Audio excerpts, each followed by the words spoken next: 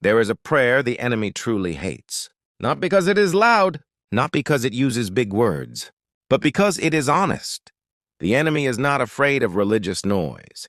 He is afraid of surrendered hearts. You see, there are many prayers we pray that make us feel better, but there is one prayer that changes everything. It is the prayer that says, God, I trust you even when I don't understand. That prayer shakes the enemy, because the enemy thrives on fear. He feeds on doubt. He grows stronger when you panic, complain, and try to control everything. But the moment you say, God, I put this in your hands, his power begins to collapse. The enemy hates when you pray instead of worrying. He hates when you worship instead of complaining. He hates when you obey God, even while you're hurting. Because when you surrender, you are no longer fighting alone. That prayer doesn't deny the pain. It doesn't pretend the struggle isn't real.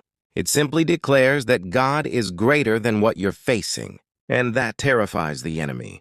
When you pray, Lord, take over what I cannot fix, you invite heaven into your battle. When you pray, God, strengthen me instead of changing everything around me, you grow roots that storms cannot uproot. The enemy wants you tired, discouraged, and silent. But that prayer turns your weakness into a weapon.